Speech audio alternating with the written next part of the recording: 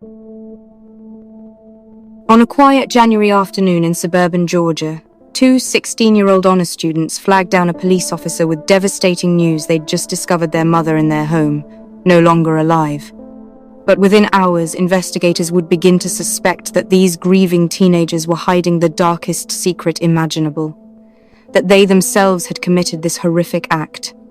This is the story of Jasmiyah and Tasmiyah Whitehead, identical twins whose relationship with their mother spiraled from dysfunction into unthinkable violence, leaving a community shattered and a family torn apart forever.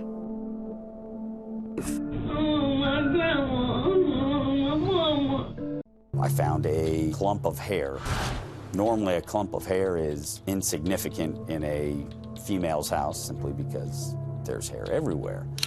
But when that clump of hair is attached to a substantial amount of flesh that has been pulled out of somebody's head and then has been wrapped in a napkin and stuffed into the toe of a shoe,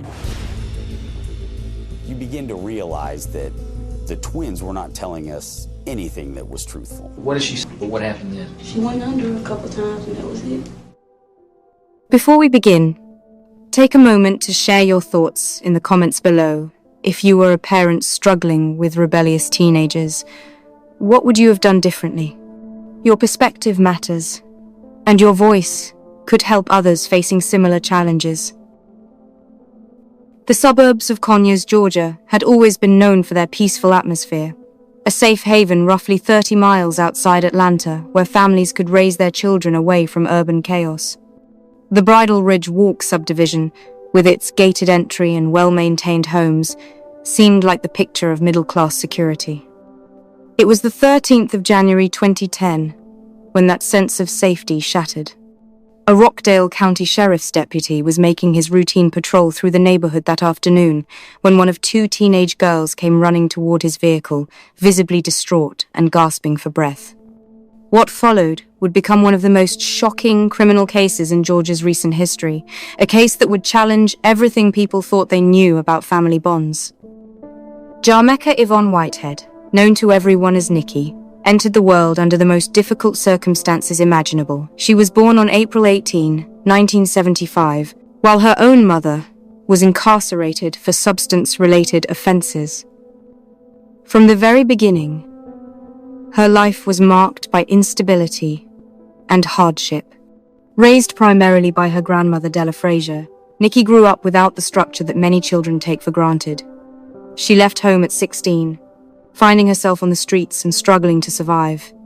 By 17, she was expecting, and the father of her children wanted nothing to do with her or the babies she carried. Nikki gave birth to identical twin daughters, Jasmiyah and Tasmiyah, on November 27, 1993, when she was just 18 years old. She moved back in with her grandmother Della, who essentially took over raising the girls while Nikki tried to establish herself. Friends and family members would later describe Nikki as someone who desperately wanted to be a good mother but struggled with consistency. She worked various jobs, including as a beautician, and even went back to school to study fashion design, determined to create a better future for her daughters. But according to Della, Nikki's involvement in her daughters' lives ebbed and flowed. She would be present and engaged for periods, then disappear to socialize, leaving the primary caregiving to Della once again. For the first 12 years of the twins' lives, they lived with their great-grandmother while their mother drifted in and out of their world. The girls were bright, talented, and accomplished. They excelled academically as honor roll students, participated in Girl Scouts, and were involved in dance, music, and sports. They seemed destined for success, often speaking about their dreams of attending prestigious universities like Harvard or Yale. But beneath this veneer of achievement, a complicated family dynamic was forming, one that would have tragic consequences. Everything changed in 2007 when Nikki, then in her early 30s, met Robert Head, a long-distance truck driver. Their relationship developed quickly, and Robert offered Nikki and the twins stability they'd never known. He welcomed them into his home in Conyers, providing financial support and a safe neighborhood for the family. For a while, it seemed like Nikki had finally found the fresh start she'd been seeking. But Robert's job kept him away from home for extended periods, leaving Nikki alone to manage two increasingly strong-willed daughters, something she had little experience doing without Della's help. As Jasmiyah and Tasmiyah entered adolescence, the simmering tensions with their mother began to boil over. The girls, now 13, had spent most of their formative years with Della, who by all accounts maintained a more relaxed household with fewer rules. It was difficult for them to start hearing and accepting the word no. When Nikki attempted to assert parental authority setting curfews, monitoring their relationships with boys, restricting cell phone use, the twins pushed back hard. They viewed her attempts at discipline as hypocritical, coming from a woman who had been largely absent during their childhood and whose own past was marked by instability. She lived with Robert, and she also had a boyfriend named Joe. The twins had indicated that Robert had overheard her speaking to the other boyfriend on the phone and indicated that Robert had confronted Nikki about the infidelity. In 2007, Nikki made a frantic call to emergency services when she discovered that 13-year-old Jasmiyah had sneaked out of the house in the middle of the night to meet a boyfriend. Conyers 911, where's your emergency? I just woke up and my daughter is gone at the house. How old is your daughter? Oh, Lord, 13. It was clear that Nikki was losing whatever control she'd had. The arguments between mother and daughters grew increasingly volatile, shifting from verbal confrontations to physical altercations. Police were called to the home multiple times as the situation deteriorated. One particularly frightening incident revealed just how dangerous the relationship had become. Nikki called a friend in a panic, explaining that she'd locked herself in the bathroom because the twins were trying to attack her. When police arrived, they documented scratch marks and signs of struggle on Nikki's body. Tasmiyah also had scratches, and she claimed her mother had initiated the fight. The officer who responded, Myra Scruggs, found herself deeply unsettled by what she witnessed. She spent time talking with the girls, noting their immaculate bedroom, expensive clothes, and seemingly privileged life. Yet something felt profoundly wrong. Officer Scruggs recalled that after the situation appeared to calm down and everyone agreed to go to bed, she had an instinct to remain nearby rather than leave the subdivision entirely. Within minutes, she heard screaming coming from the direction of the house. Racing back, she found Nikki running from the home, extremely distressed, with the cordless phone still in her hand. The twins had attacked her again the moment the officer left. What struck Officer Scruggs most was the twins' complete lack of emotion, their cold detachment after such a violent confrontation. The twins were taken into custody and the family was ordered into counseling. Eventually, the situation became so untenable that in 2008, Della Fraser regained custody of the then 14-year-old twins. For over a year, the girls lived with their great-grandmother, and during this time they flourished. Despite the documented history of conflict and the twins' vehement protests, the court ordered Jasmiyah and Tasmiyah to return to their mother's custody on the 5th of January 2010 for a mandatory 2-week trial period. According to later court testimony, the decision caused chaos in the juvenile court hallway. Jasmiyah, particularly upset, made a chilling statement in Nikki's presence expressing extreme anger about returning home. No one could have known how prophetic those words would prove to be. Just 8 days later, Nikki Whitehead would be gone forever. The afternoon of the 13th of January 2010 began like any other patrol shift for the Rockdale County deputy driving through Bridle Ridge Walk. Then he saw one of the Whitehead twins running toward his vehicle, tears streaming down her face, barely able to catch her breath. She and her sister had just come home from school, she explained, and found their mother inside. Something terrible had happened. When I walked in the front door, it was the first time I'd ever been on something as horrific as that. Evidence saturated the carpet, splattered the walls, and marked a trail throughout the home that told a story of desperate violence. Following the path, officers found Nikki Whitehead's body in the bathtub of the master bathroom. The medical examiner determined she'd been attacked numerous times with a kitchen knife. Her injuries were catastrophic. Her spinal cord had been nearly severed at the neck, her lungs punctured, major blood vessels cut. A broken vase on the living room floor appeared to be the initial weapon used in the attack. The trail revealed Nikki's final, desperate attempt to survive. She'd made it to the back door, trying to escape, but found it locked. She'd even reached a neighbor's door, pounding on it and ringing the bell, but no one answered in time. Pulled back inside, the attack had resumed with even greater intensity. Eventually, she'd been dragged to the bathroom, placed in the tub, and left there. Someone had attempted to clean up the scene. Towels were missing from the linen closet, later discovered in the washing machine. A pair of boots sat neatly in a shoebox in the closet, also covered in evidence.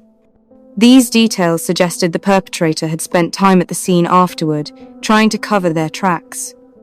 Investigators immediately focused on Robert Head, Nikki's boyfriend. As a potential suspect, domestic situations between romantic partners often turn violent. But the twins quickly eliminated him, explaining he was away on a long-distance trucking job. They also mentioned another boyfriend, Joe, with whom they'd heard their mother arguing on the phone the night before. Detectives tracked Joe down and questioned him thoroughly. He appeared genuinely devastated by Nikki's passing and had an alibi. With both men cleared, investigators found themselves at a standstill until they began paying closer attention to Jasmiyah and Tasmiyah themselves. From the very beginning, something felt off about the twins' behavior. In the patrol car on the way to the police station for what was supposed to be a routine victim interview, officers noticed Tasmiyah biting her own arm. When asked about it, she explained it was a nervous habit, something she did when stressed. But detectives would later realize this was actually an attempt to create new bite marks over the ones left by her mother during their deadly confrontation. Inside the interrogation room, the girls displayed bizarre behavior that deeply unsettled the investigators. They cried but produced no tears. They comforted each other physically in ways that seemed performative. And then they made perhaps the strangest request detectives had ever heard. From grieving daughters, they asked if they could watch an episode of the television show CSI. Detective Ken Swift recalled that at that moment, the hairs on the back of his neck stood straight up. When the twins were finally separated and interviewed individually, their stories began to unravel.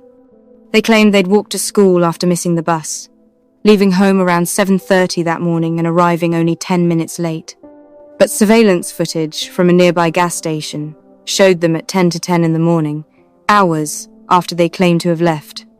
The video revealed them getting into a stranger's car they hadn't walked at all. School security cameras confirmed they didn't arrive at school until much later, and they arrived together, undermining their timelines significantly. Physical evidence painted an even more damning picture. Both twins wore gloves throughout their police interviews and were reluctant to remove them. When they finally did, detectives observed numerous scratches and bite marks on their hands and arms. The twins initially claimed these were from a fight they'd had with each other previously, but investigators weren't convinced. Forensic analysis would later prove that the bite marks on Tasmiyah's arm matched dental impressions taken from Nikki's teeth. Evidence found on the broken vase and on the boots hidden in the closet belonged to both Nikki and her daughters, and because the twins were identical, their DNA was indistinguishable from one another.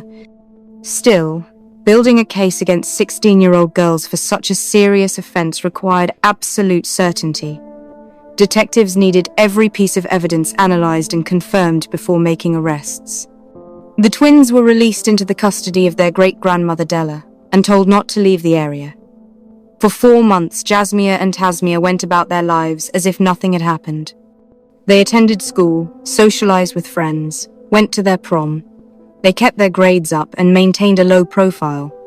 But investigators were methodically building their case, and on the 21st of May, 2010, the last day of the school year, detectives arrested both twins and charged them with malice and felony offenses. The transformation was instant and shocking. The grief-stricken victims who'd wept in the interrogation room vanished, replaced by teenagers who cursed viciously at officers. Wonderful! They have coffee and donuts and have it get jolly on time. She don't care. So what's them bite more? And they said they cast them on the cheek on my arm. not going down for something I did not do. Me either. The day you find a murder with my fingerprints on it or something, please do that. Please find a murder with me and then get rid of her. Thank you. Threatened them and insisted they'd done nothing wrong. In the police car, they were recorded shouting profanities and maintaining their innocence with aggressive defiance. Investigators described them as hostile and threatening, noting it was like watching a complete transformation. The vulnerable teenage girls they'd interviewed in January bore no resemblance to the hostile young women now in custody. For nearly 4 years, Jasmiyah and Tasmiyah Whitehead sat in separate jail facilities awaiting trial, maintaining their innocence. Because they were minors at the time of the crime, they were initially held in youth detention centers, then transferred to county jails when they turned 17. The prosecution prepared for what would be a challenging trial, proving which twin inflicted which wounds would be nearly impossible given their identical DNA. The defense attorneys argued this very point, suggesting reasonable doubt existed about their client's individual culpability. But as the trial date approached in early 2014, both defense teams approached prosecutors with a proposal. The twins were willing to confess to everything, to describe in detail what happened that January morning in exchange for reduced charges. It wasn't like it was a fight on the street. It was more of a fight till somebody died. A fight with their mother after waking up late for school. She just started waving the pot around and things like that or whatever. And so I guess she trying to hit us with the pot. You know, she just threatening us and everything. Your mom's yelling? We all yelling. Everybody's yelling. We mad. I had took the pot from her. This one she had grabbed and I kind of turned around and said, "Get back." But she didn't keep the knife in her hand. My mom is winning that battle with the knife or whatever, so I picked up the pot and I hit her with the pot. She bit me in my chest. Like I said, I'm not that big, so when she bit me, she latched on to me and I'm trying to get her off of me because it hurts. I'm trying to punch her, I guess, and I think Dad stabbed her. He stabbed her, so I was stunned. I think I picked up a knife and I stabbed her. They wasn't cuts like they were deep, because I couldn't bring myself to do that. You had her by the hands? Yeah, I think I had that. I was at the top. And Jazz had her feet. Yeah, she was heavy. And what did y'all do? We put her in the tub. But she ate us. She ate us, and well, I guess the same thing. We're going to jail.